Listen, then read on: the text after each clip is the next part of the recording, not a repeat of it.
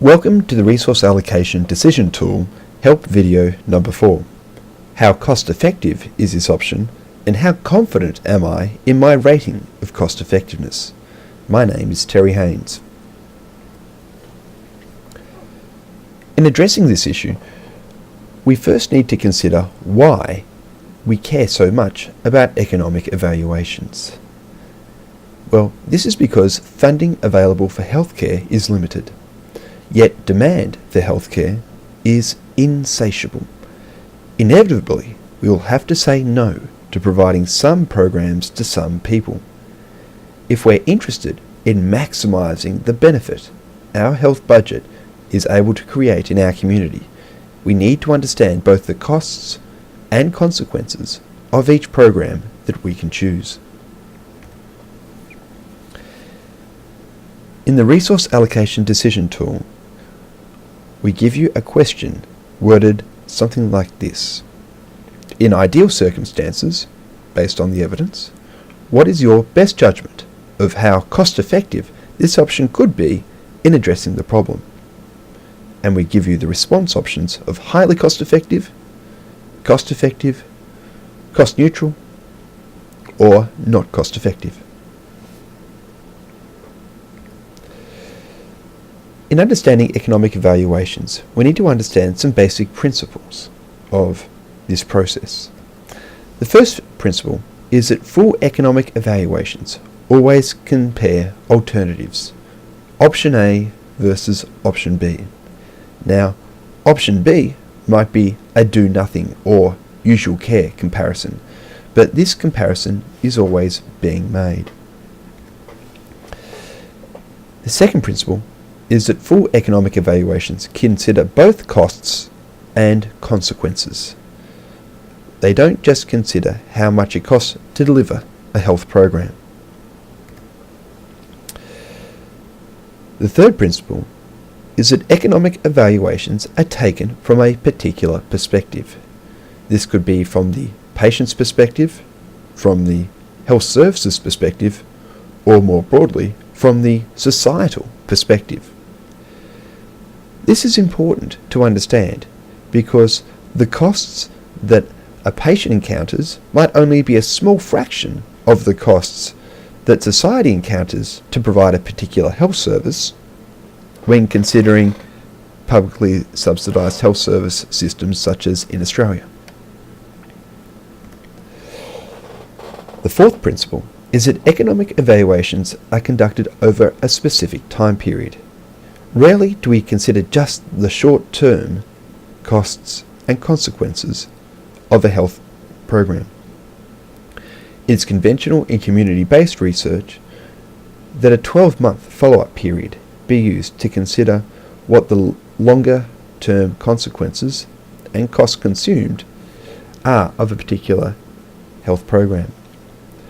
With economic evaluations focusing on hospital-based services, however, commonly you will encounter economic evaluations that focus just on the in-hospital period.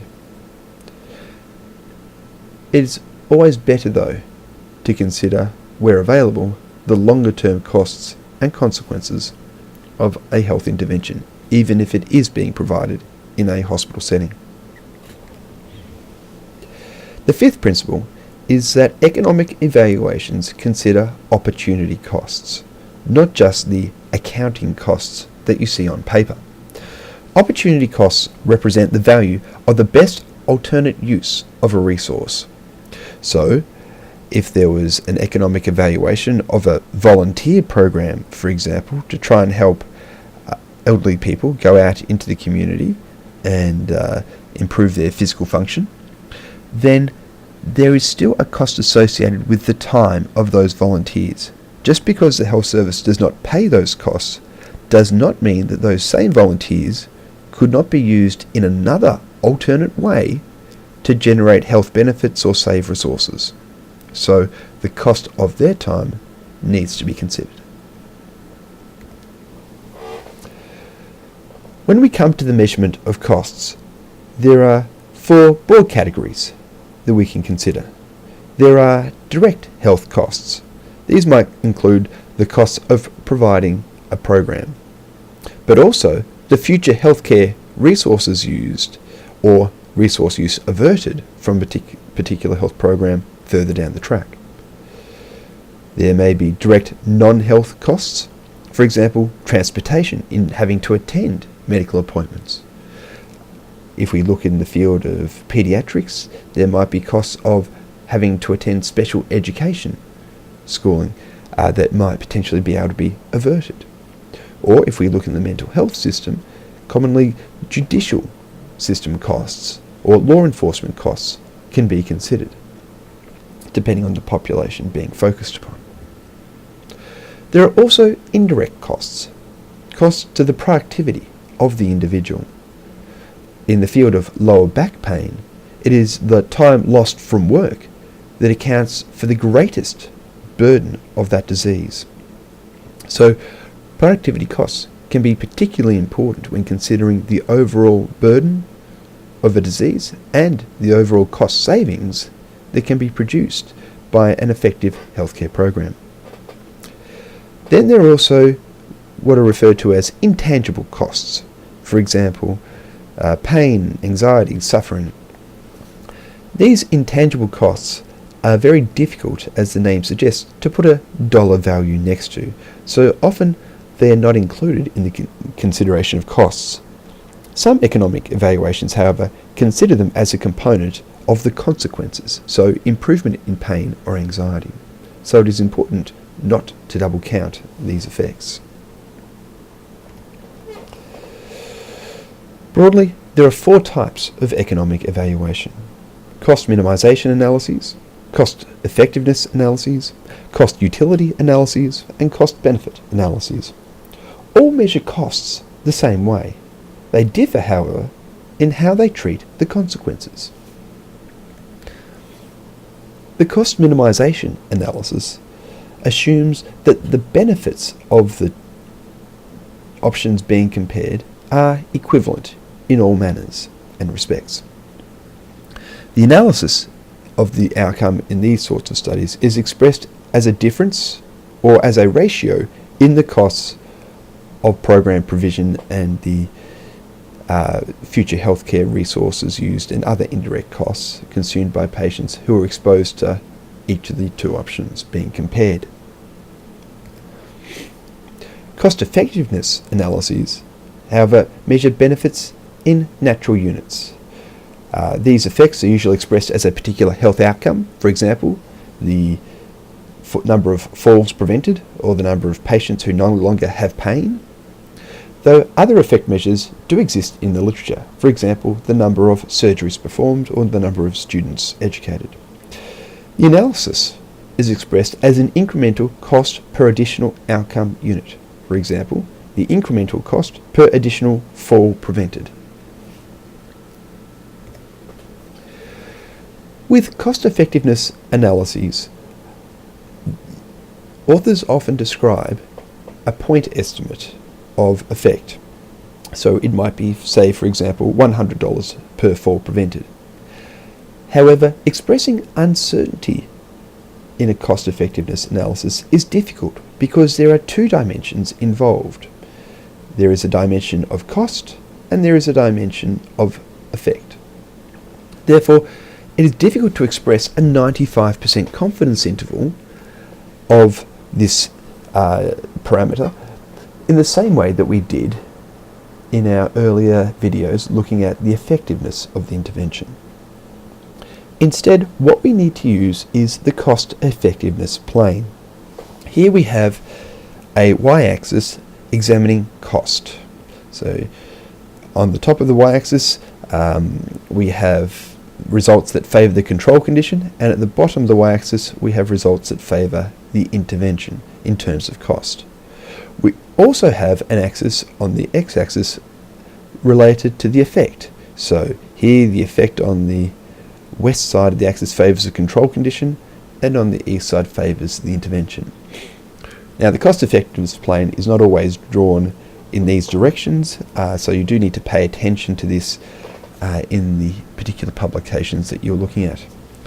The red dot that I have placed on this cost effectiveness plane represents the cost effectiveness point estimate.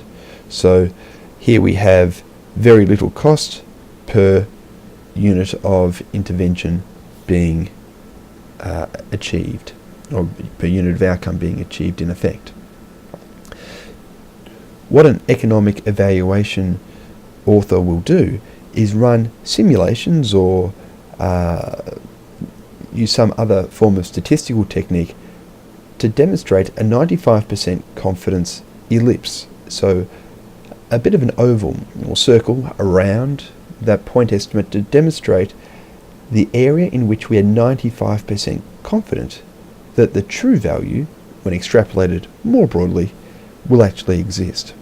Here we can see the point estimate appears to favour the intervention in terms of effect, but be somewhat neutral in terms of the cost of the intervention.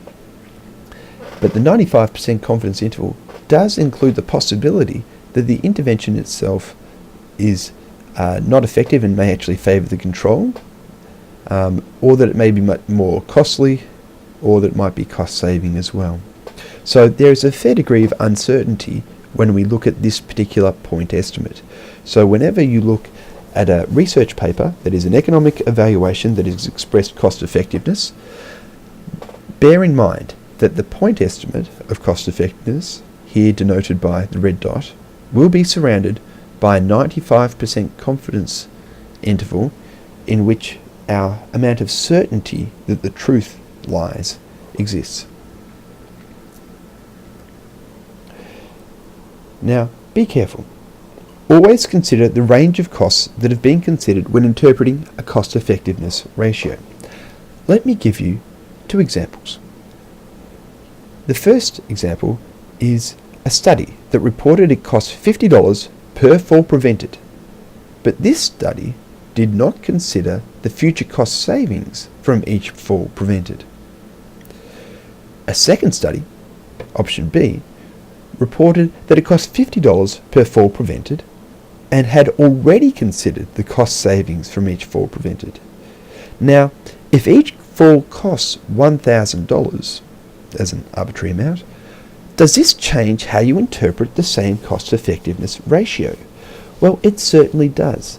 From the outside, option A and option B look very similar, but if option A's economic evaluation did not take into account the future cost savings from each fall prevented, then really, option A would probably save $950 per fall prevented, whereas option B cost $50 per fall prevented even after taking into account this $1,000 saving per fall. So you have to be very careful in understanding which costs have already been included in forming the cost effectiveness ratio and which ones have not. The third type of study is called a cost utility analysis. This is a type of cost effectiveness analysis where the benefits are expressed in terms of quality adjusted life years gained. How do we get a quality adjusted life year? Well, we measure the health related quality of life of the individuals involved. This is often measured between 0 and 1, 0 being equivalent to death and 1 being perfect health related quality of life. However, negative values in some scales are permitted to represent states where people feel they have a health status worse than death. Now, 1 year lived at a health-related quality of life of 1 is equal to 1 quality adjusted life year. Similarly, 2 years lived at a health-related quality of life of 0.5 also equals 1 quality adjusted life year. So it's very much the same as an area under the curve calculation technique that you might have used as a part of your high school mathematics to calculate quality adjusted life years. Now, in a cost utility analysis, the analysis is presented as an incremental cost per additional quality adjusted life year gained. These outcomes are very important and are widely used in the pharmaceutical industry as a standard because the quality adjusted life year allows us to compare the effectiveness and the cost effectiveness of interventions in different fields of health research. So if we have our falls prevention study on one hand and our depression management study on another hand, if we just did ordinary cost effectiveness analyses, we would have two statements, one saying cost per fall prevented and another saying cost per patient free of depression. Yet we wouldn't be able to directly compare these two studies. If both of those studies also measured health-related quality of life and conducted a cost utility analysis, both would be able to present a cost per quality adjusted life year gained ratio, and therefore would be able to be directly compared. The final type of study is a cost-benefit analysis. Cost-benefit analyses are different to the previous forms of economic evaluation because the benefits are expressed in monetary terms. Now, this can be done in a number of ways. For example, the contingent valuation method or the time trade-off method. The analysis is commonly presented as a net benefit, for example, a difference between the costs and benefits, or as a benefit to cost ratio, a ratio of benefits to costs. So these terms are quite commonly used in clinical practice, but they have a specific meaning. Now, the astute reader will have noticed our language in forming the reader question in terms of mixing the terms of both benefit and cost effectiveness. Now, from a health economist's perspective, this is a bit of a mixing of terms that shouldn't be undertaken. However, we've chosen to use these terms because of their common use by allied health professionals and health professionals in the health system. So what we're asking you to do now is to judge the highly cost-effective, the cost-effective, the cost-neutral, and the not cost-effective healthcare interventions that you're considering as options for your resource allocation decisions. In trying to identify a cost-effective or a cost-neutral or a not cost-effective intervention, we can consider the cost-effectiveness plane.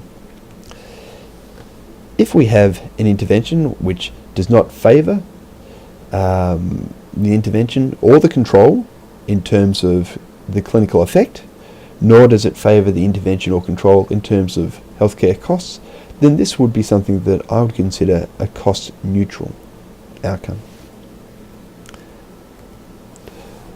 If there was an intervention that favoured the control in terms of clinical effect and also in terms of cost, this would be an outcome that would be certainly not cost-effective, where the benefits are certainly less than the costs. In fact, the benefits are negative, and you certainly wouldn't consider using this intervention in real life. For an intervention where the effect favours the control, yet the cost favours the intervention, this may still potentially be considered, particularly in the context of budget cuts. However, it will all depend on whether people are willing to make this sacrifice in the effect of the intervention in return for the cost savings generated. Other interventions that you might identify might have a cost that favours the control condition, so the intervention is more expensive, yet the clinical outcomes are much better for the intervention. Again, this will come down to whether you're willing to pay that cost difference in order to attain the better clinical benefits. So whether it is cost effective or not really depends on that willingness to pay threshold. Other interventions might have a clinical effect that is clearly in favour of the intervention and also a cost which is clearly in favour of the intervention. These might be something you would consider to be highly cost effective. Other interventions might have a clinical effect that favours an intervention, but not a clear impact on the cost, either in favour of the intervention or in favour of the control. So this sort of intervention might only register as being marginally cost effective.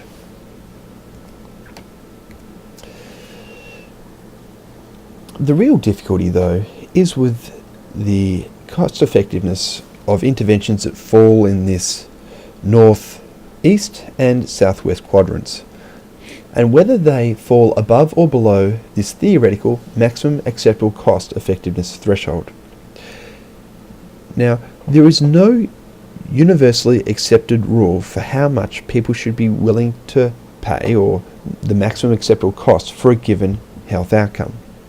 In cost utility analyses, the threshold margin of $50,000 per quality adjusted life year gained does appear in the literature. However, it is a little bit arbitrary, this value, because the value of $50,000 decreases every single year, and also will change between country to country as currency and exchange rates fluctuate. So it is a little bit nonsensical to adhere to a $50,000 per quality adjusted life year threshold just because it's mentioned in the literature.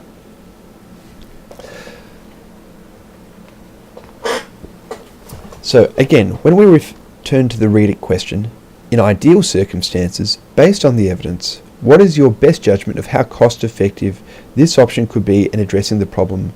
We're asking you to identify if you think it's highly cost effective. So ideally, the intervention dominates over the control condition in terms of both costs and consequences, the benefits, and that 95% confidence ellipse is completely in the area that you feel in that southeast corner that allows domination of the intervention over the control in terms of costs and consequences. If something is to be cost effective, then the magnitude of that benefit might be a bit smaller, or it may also be in that north-east quadrant or southwest quadrant, but below that maximum willingness to pay line. Cost-neutral interventions are ones where the red dot of point estimate is close to the origin of both the cost and effect axes, and the amount of certainty around that estimate is quite broad in particular. And interventions that are not cost effective are those that appear in the northwest cost effectiveness plane corner, or above that willingness to pay line for the cost of achieving the health outcome. Once you've made this decision, we then ask you how certain you are that this judgment of cost effectiveness is correct. And again, we give you the options of being very certain, somewhat certain, or uncertain. In thinking about the quality of the economic evaluations that you might encounter, you need to consider that they generally come from two sources. One source of economic evaluations is from using trial-based data, so data collected directly from individual patients. Another data source arises in modelling studies, where they'll use data published in systematic reviews of intervention effect and also burden of disease studies to estimate the cost of a particular health outcome or a particular disease group. Both of these approaches has strengths and limitations. With trial-based economic evaluations, the cost and consequence data is collected at the same time, usually as conducting a randomized controlled trial.